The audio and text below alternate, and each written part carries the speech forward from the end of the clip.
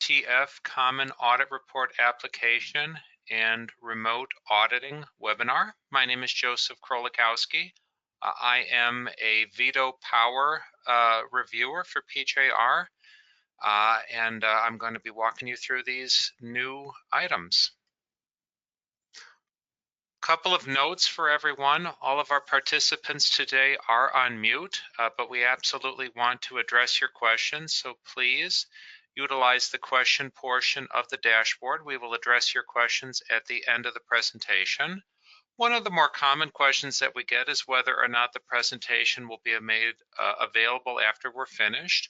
We do make our presentations available in two key ways. Number one, if you want to get your hands on a copy of the slides, those will be up for download from our website shortly after we're finished. This is the premiere of this particular webinar, so bear with us about a day or two. We'll have those slides up for you.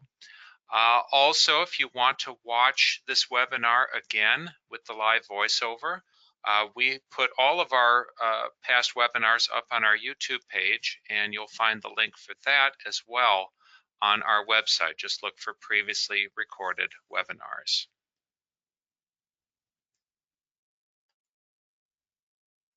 Now, our presentation today is going to cover two topics kind of in succession. We're going to start with CARA.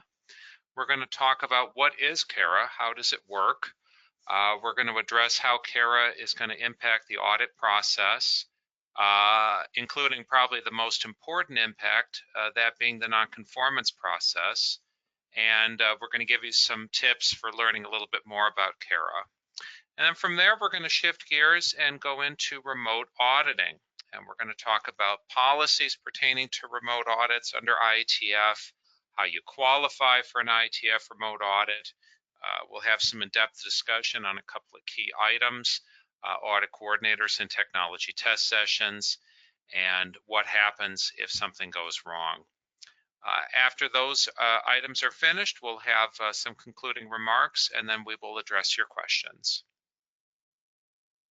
So let's begin with CARA. CARA stands for Common Audit Report Application, and this was released by the IATF in the fall, and it has been positioned as a means of ensuring consistency in the completion and reporting of IATF audits. CARA is going to become mandatory in just a couple of weeks. It'll be mandatory on January 1st of 2021. Now, the structure of CARA, it includes all of the audit types that are listed in the Rules 5th edition. So it covers Stage 1, readiness reviews, Stage 2, surveillance, recert, and even special audits. Now, when CARA was under development, there was some speculation at that time that it would resemble the Oasis database used by the aerospace industry. That may have been an interesting idea, but ultimately that was not what was presented when CARA was released. CARA is not a database. There is no centralized database for IATF audit reports. It is a web browser-based audit reporting tool. Every auditor and every certification body is given unique credentials to access CARA and then to create and edit audit content. Now, any content that is created in that way, it resides on the user's web browser until such time as it is outputted in one or more of the possible formats. And I'll be giving a little clarification on that in just a few slides. Now, from your perspective as an auditee, you're obviously wondering, well, is the audit process going to be any different under CARA? Our belief at PJR, and this has been expressed by the IATF as well, is that the overall audit process is going to feel no different as a result of CARA being deployed. Now, there is one particular change in terms of the audit process that we did want to make you aware of. They've issued a sanction interpretation, which sanction interpretations are public domain. If you go to the IATF website, you can download a copy for yourself. And this sanction interpretation, which is number 16, indicates that the auditors can now allocate up to 15% of their on-site time to report writing. Now, previously that had been a 10% maximum. So obviously, if you have a multiple day audit, 3 days, 4 days, 5 days, 15% can kind of add up.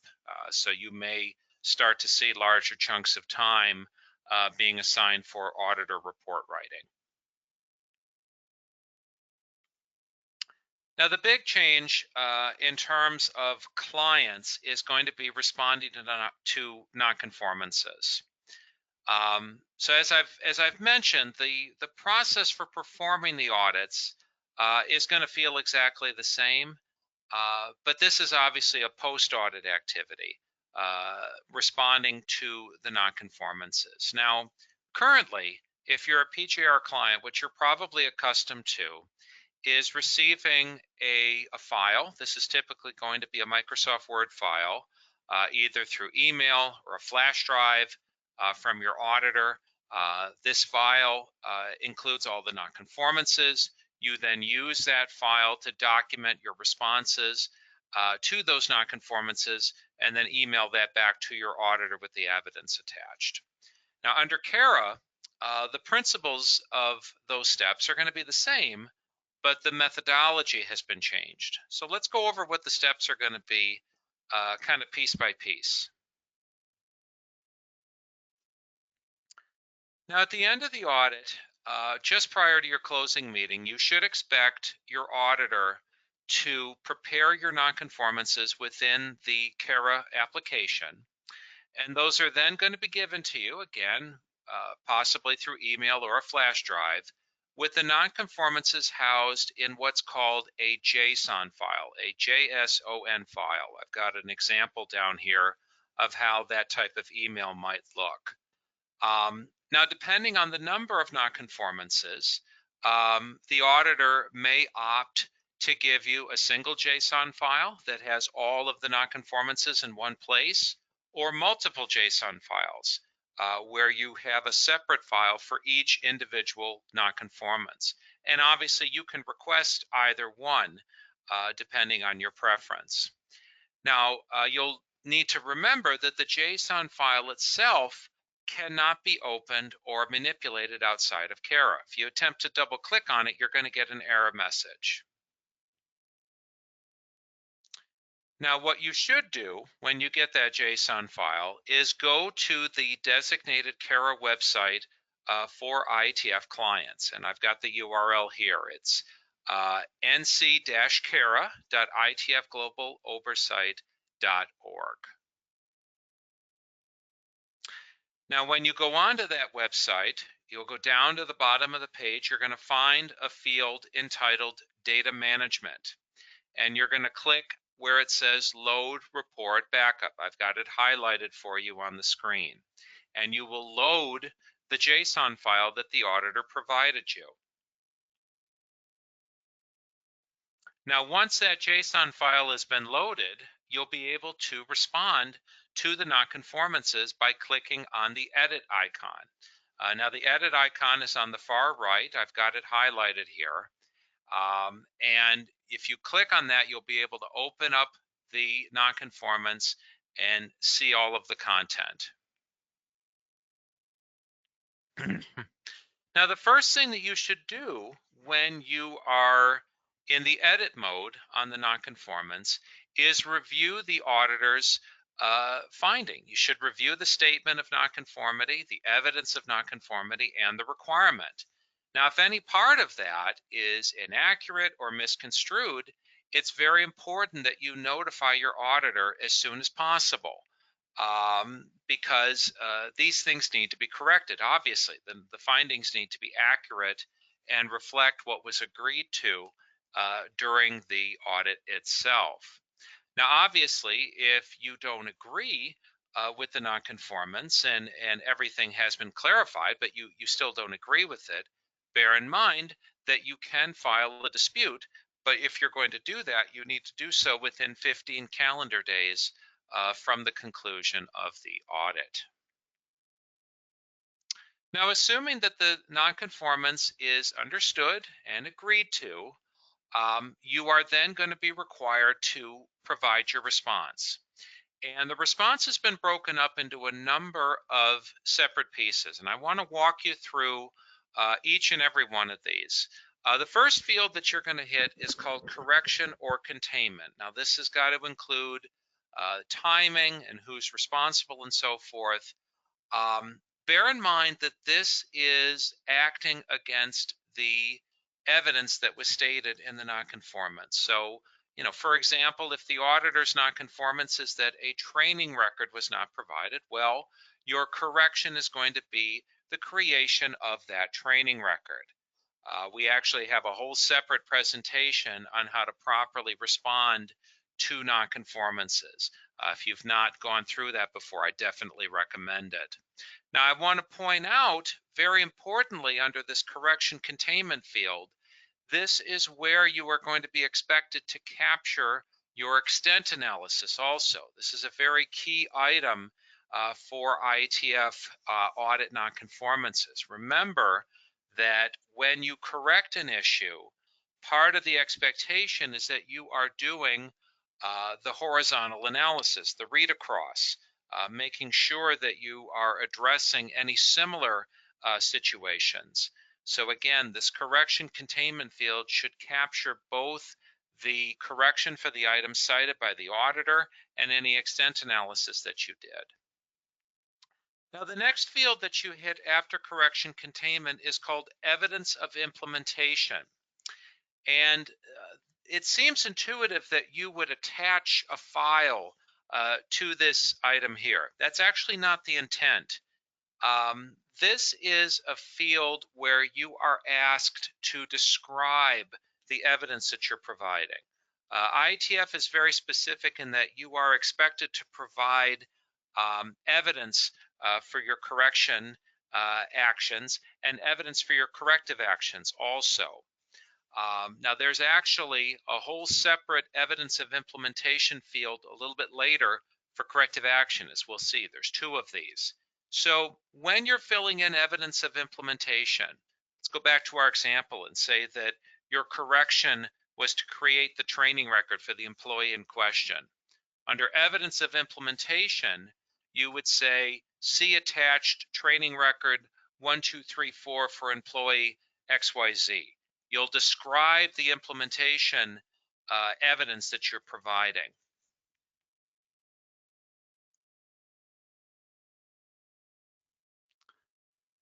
Now from there are actually 4 separate fields that are dedicated to the root cause step.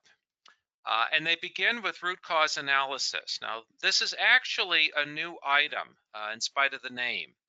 And what's intended to be captured here is not so much the root cause result, but rather the analysis of cause, the process that you followed in arriving at the cause. Those of you that are familiar with 5-why cause analysis or cause-effect diagrams or things of this nature, you'll recognize that this is a process kind of for working your way through to figure out what the cause is.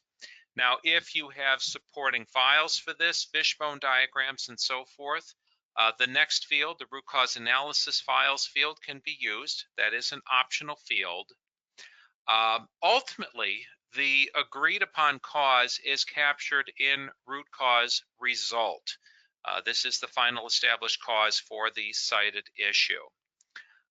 And if you happen to have a support file for the root cause result as well, there is a separate place for that to be provided also. Now from there we move into corrective action.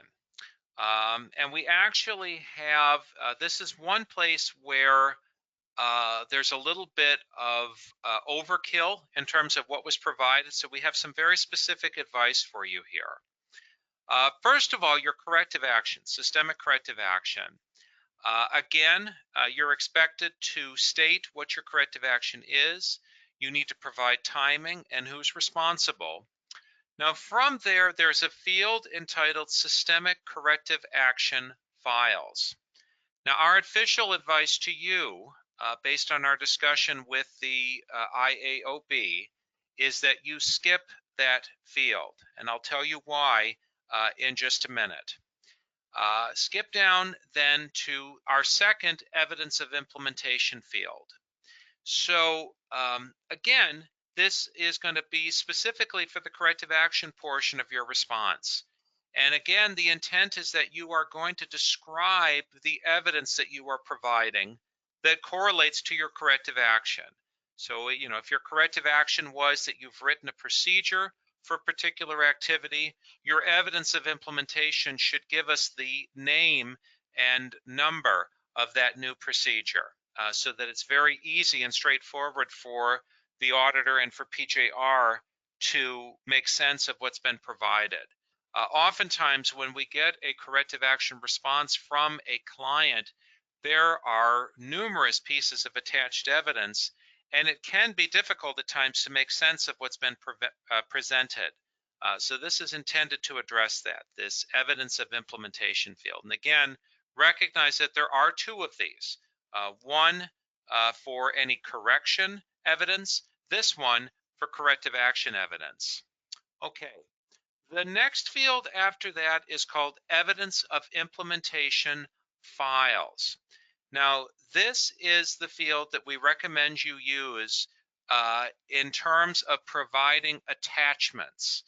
Now, CARA does support putting actual evidence into the application. But there are only two file types that it will support, and these are JPEG picture files and Adobe PDF files. Now, if you have additional evidence pieces, if you have Word files or Excel or PowerPoint or other items, those cannot be uploaded to CARA. But they can absolutely be provided to your auditor via email or through other appropriate steps. Now, please note that those items still have to be described in the evidence of implementation field. This is part of why that evidence of implementation field is there. So you're going to describe, here's all the evidence that we have to support our correction and to support our corrective action. And then you're either going to attach that evidence right into CARA, or if it's not a supported file type, you're going to email it to the auditor. That's the intent. The final things that you need to fill out relate to verification of effective implementation.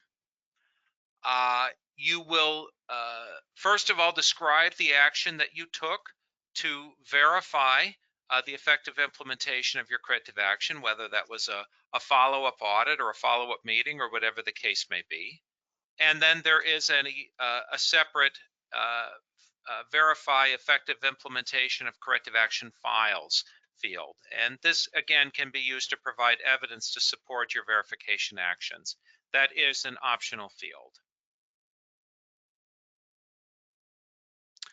Now, once you have inputted all of the required information, you're going to use the Save NCs for Auditor button to create your own JSON file.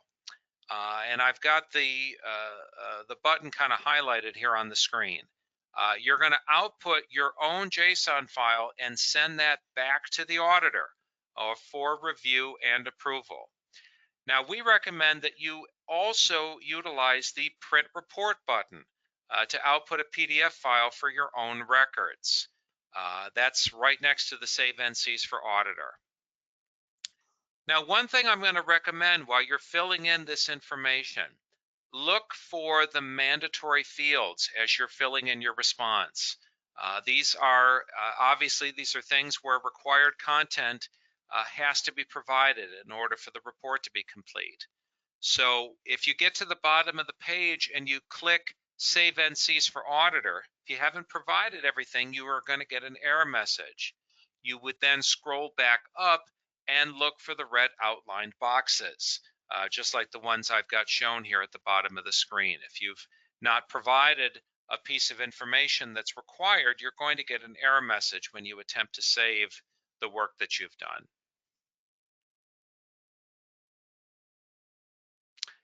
Now, if the auditor or the veto reviewer finds a concern with one or more of the responses that you've provided, these are going to be outlined in the reviewer comments field, as shown below here. Now, these comments are going to be then shared with you via an updated JSON file that'll be shared through the same process prior discussed. So if the initial response is unacceptable, it's going to be recorded here. This will be sent back to you, updated JSON file.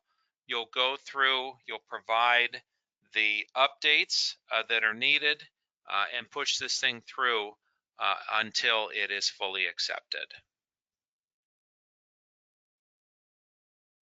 Now, after the final approval by the reviewer, you should expect to receive a finalized JSON file showing the approval for your records.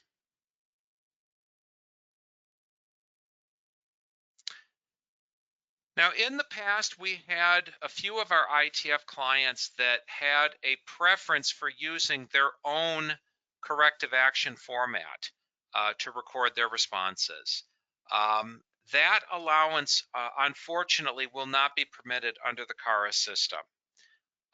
You can definitely use your internal process for developing your response, for working your way through the process. But in terms of officially submitting those responses, that has to be done via the CARA application. That is the IATF's requirement.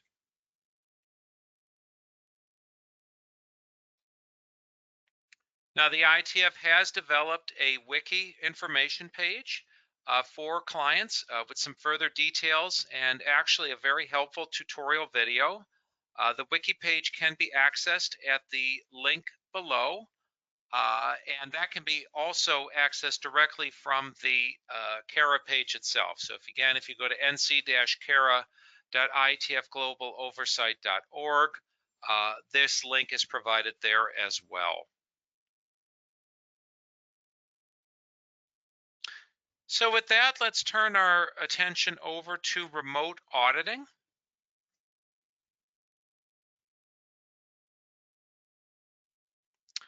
And let's begin with where the policies come from for remote auditing. Excuse me. Now, obviously, this is being driven by the COVID-19 pandemic. And throughout the pandemic, the IATF has maintained a document titled IATF Global Waivers and Measures in Response to the Coronavirus Pandemic. Now, this document is public domain. If you want to get your hands on it, it's available for free from the IATF website. I'm going to be referring to this document extensively through the presentation as the IATF COVID memo. So one of the questions that we've been getting is, why did this take so long? When the pandemic was first declared back in early 2020, there were industries that were very quick to jump on remote auditing, and there were some others that were initially reluctant to embrace remote auditing. And the automotive industry ended up being the most stubborn of the holdouts. Now, their logic was that remote auditing techniques, they felt that they would not constitute an effective audit, and they were suspicious whether or not this could be effective. So they finally, there was some increasing pressure. There was some, I believe, threats of legal action, and the IATF changed their stance. And so they announced back in late October that remote audits would finally be accepted. Now, obviously, the intent is that this is going to be for any situation where there is a concern over COVID.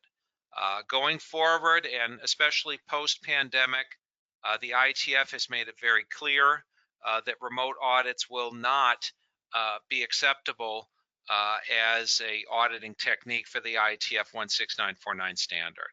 And that's actually baked right into the COVID memo. It says that in order for this to be justified, it has to be, as they say, demonstrably evident that a regular on-site audit will not be possible for reasons directly linked to the COVID-19 pandemic. So obviously, if you are in the midst of a government lockdown and persons are not allowed to travel or work outside of the home, if you have a no visitors policy for concerns over COVID-19 exposure, and so forth. These are the types of reasonings that are considered acceptable to qualify for an IATF remote audit. Now, if you are in a place where you need to request a remote audit, what you need to do first is contact your PJR scheduler and explain what your reasoning is for requesting a remote audit. You're then going to be sent a form entitled the F108 ICT IATF or IATF Remote Audit Questionnaire. Now this form, it's a rather detailed form.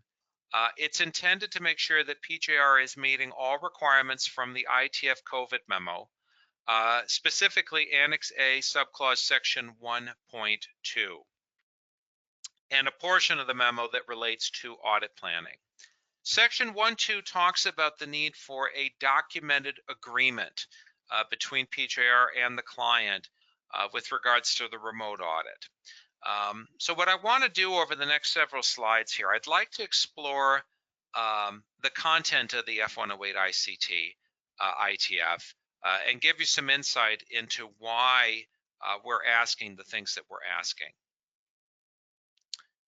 So to begin with, we have some questions that pertain to software and hardware, covering the technical aspects. Now, in terms of software, we have licenses for GoToMeeting here at PJR. If you're looking for PJR to provide a resource for performing the remote audit, we have arrangements with GoToMeeting. Now, if you have preferences on using Microsoft Teams or Skype for Business or Zoom, etc., those are absolutely permitted. But if you choose to utilize those alternatives, it's understood that it is your responsibility to make sure they are successfully utilized. Now, in terms of hardware, understand that hardware needs to be sufficiently broad that it is going to encompass both the office areas of your business and also the production areas. You need to think in terms of not just a conference room setup, but things like cell phones, body cameras, and so forth, in order to facilitate the audit. Now, the IATF's requirement is still that all production areas across all shifts have to be included in the audit process. That has not changed as a result of the adoption of remote auditing. So, among other things, there has to be sufficient Wi-Fi or cellular signal strength to permit real-time auditor review of the production areas. There's a question that pertains to your ability to support a remote audit. And what we're asking for essentially is, are all or even most of your records maintained in an electronic state, such that it is seamless for us to review them in a remote setting? Now, we do have certain flexibility in this area in terms of, if you're going to be scanning records and so forth, but bear in mind that these have to be requested by the auditor. So if we don't permit a pre-selecting or a pre-screening of evidence items, the auditor must be the one picking the audit samples at all times. Now, from there, we go into some question as to whether or not you are actively manufacturing your product and expect to be doing so during the audit. It is mandatory that production be included in the audit process. So if there's going to be a shutdown, that needs to be regarded with concern, and we're going to have to take some additional consideration of that matter. Now from there, questions 5 through 10 These all relate to gathering information so that we can make sure that the audit time is going to be sufficient, and also to enable our auditor or our audit team to be able to effectively plan. So let's go through what these items are. To begin with, questions 5 through 7 all pertain to whether or not you had a shutdown. And if you did have a shutdown, we want to know how long were you shut down? When were you shut down? And what were the startup verification plans that you followed after you resumed operations? Question 8 talks about any extraordinary measures that you had to take. Was it necessary for you to outsource manufacturing? If that was the case, the auditor is going to potentially have to review what the arrangements were with your external provider and whether or not you secured customer approvals for that arrangement. Question 9 talks about resources that have been lost. This may have some impact on customer scorecards, KPIs, and so forth. Question 10 talks about changes to your day-to-day protocols, again, with an eye towards audit planning. Now, question 11 is a rather important question. It asks about an audit coordinator.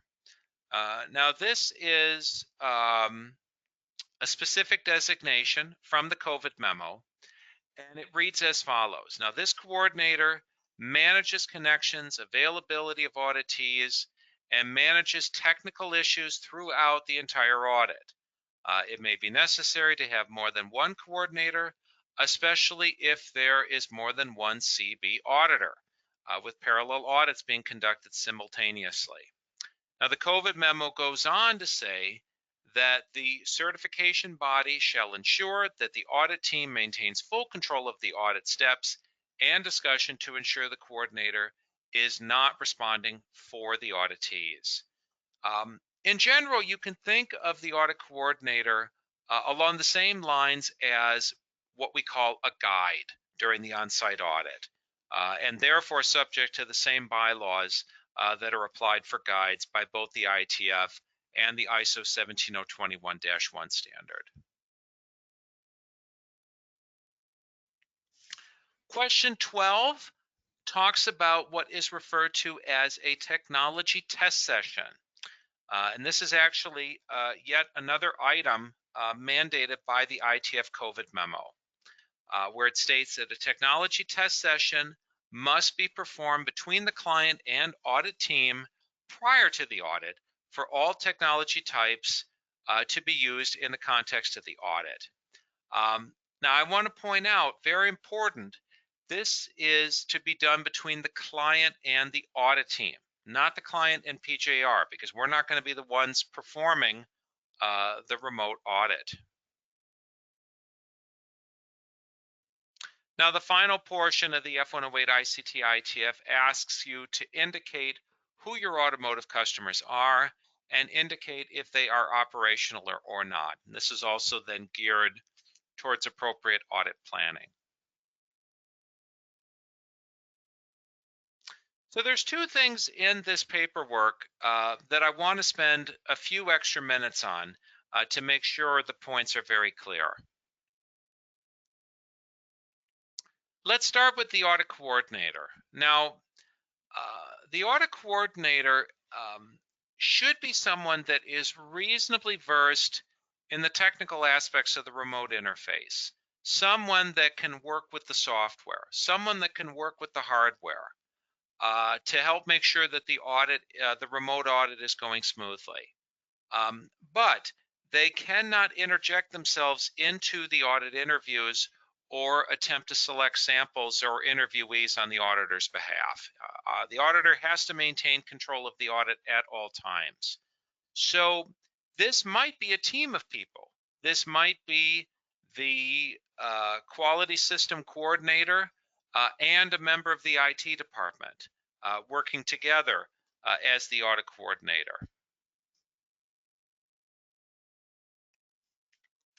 Now, let's also revisit this idea of the technology test session. and I really want to emphasize this point. The verbiage from the COVID memo states that this needs to include all areas associated with the audit. So all support locations, if your IATF system includes a manufacturing site and 2 remote sales offices, well, that test session has to include both of the remote sales offices. It has to include all production areas. So if you've got a large manufacturing area with 25 machines, you need to be reasonably inclusive in going around the shop and making sure that the remote interface is working properly. All administrative areas, all technology types. You can't just test the conference room computer. If you're intending to use the conference room computer plus 2 other computers and a tablet, you need to test all 4 of those items. And you need to test backups also. If your backup for the tablet is a cell phone, then the test session needs to include both the tablet and the cell phone. Basically, there needs to be a reasonable assurance that the remote audit is going to be successful. That's the intent of this test session. And the test session needs to be conducted in advance of the audit. It is considered a separate activity. Now, if some part of the remote audit doesn't work, in spite of our best efforts to plan and have advanced testing, obviously it is possible that some part of it may not work, and therefore some part of the audit is not completed. The COVID memo says that if any part of the audit cannot be successfully completed as planned, the time that has been lost is going to be added to a subsequent audit. So here's how PJR has deployed this requirement. If we are performing a surveillance audit, in most cases, we are going to be adding time to the next audit. Whatever time was lost will get added to the next audit. Now, if the remote audit in question is a stage 2 or a recertification audit, and I'll mention that a majority of our clients are going to be going through recertification audits in 2021 because of the 3-year cycle. What is going to most likely happen is we're going to be working with a second supplemental assessment to make up the difference in lost audit time to ensure that all of the processes are covered across all shifts.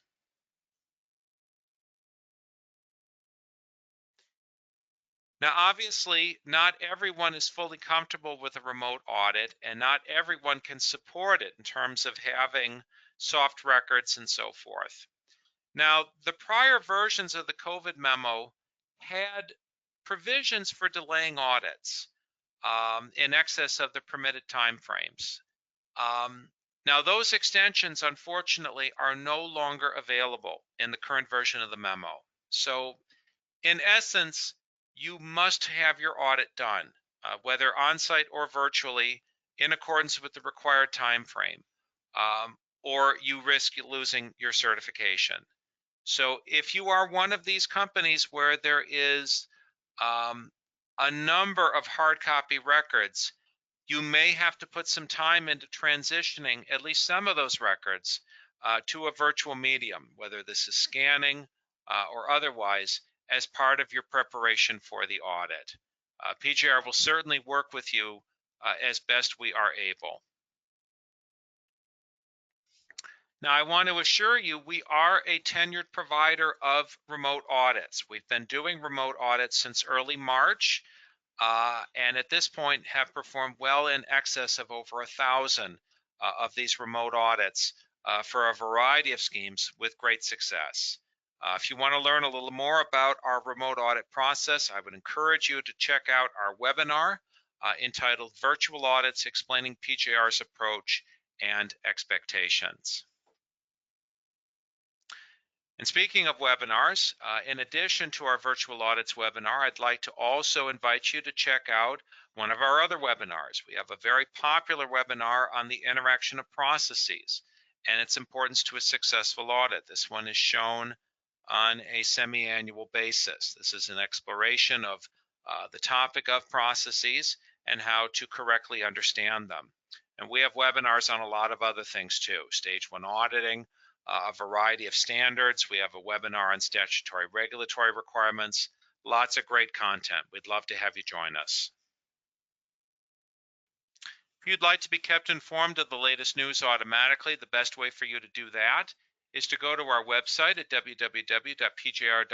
If you go to the bottom of the page, enter your email address and click subscribe, you'll be opted in for the latest updates automatically. I do thank you for your time. And at this point, I'm going to go ahead and unlock the questions portion of the dashboard and see if any of our attendees have questions for me today. Again, as a reminder, this webinar will be posted to our YouTube page shortly after we're finished, and we'll be putting the slides up for download on our website again shortly after we're finished here.